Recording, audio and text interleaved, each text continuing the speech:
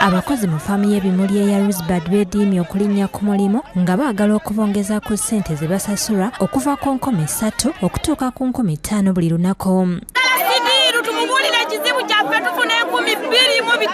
Abakozi balagiddwa okuddayo bakole ne bakiwakanya nga bagamba nti si bakukwata ku mulimu gwonna okutuusa nga babongeza omusaala.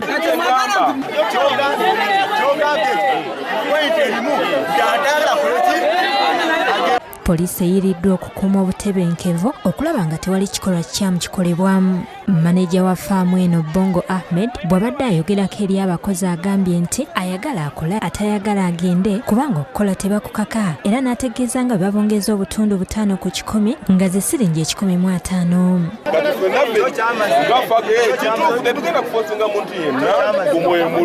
Abakozi ababadde abakambwe baganya okuwuliriza maneja by'agamba ne bamulagira okubaviira.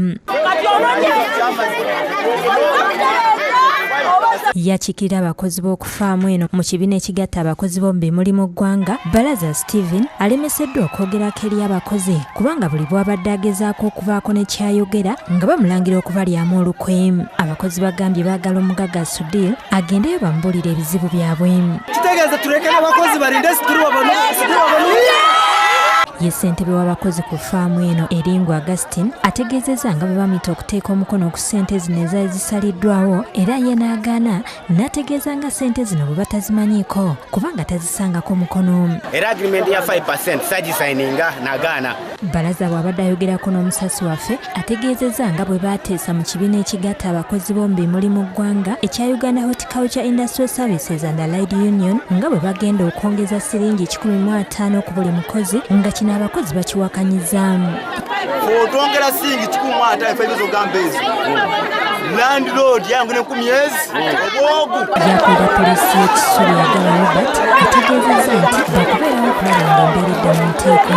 Bwe balemereddwa okutuuka ku nzikiriziganya ne basalawo okudda eka. Ebyo nga biri bityo babakozi ku Tuskys supermarket okuli ey'Ebugoloobi, Ntinda n'endala bagumbye ku kitebe ekikulu ekya supermarket zino ekisangibwa Ntinda nga bagamba okuva mu kifo kino abakulira supermarket za Tuskys balina okusooka okubabuulira lwaki bakakiddwa okuwummula oba giyite forced leave n'okubagana okukwatagana n'ekibiina ekirwanirira eddembe n'emisaala gy'abakozi ate ng'embeera mwe bakolera mbi nnyo nga beetaaga okulwanirirwa. Tetusobola kuvaawo nga tebatubuulidde kisembayo. Last answer tujagala tulyoke tuveewo.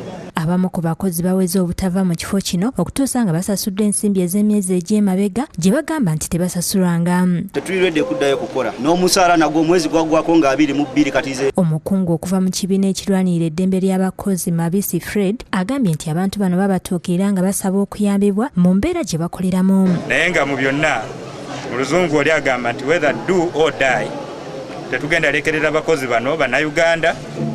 Byonna bibadde bigenda mu maaso nga bamu ku bakulira abakozi ne poliisi bakakkanya abantu bano obutakola fujjo. Phoebe Nabagereka ne Afua Nakityo bakusakidde eggulire lino ku Bukedde TV.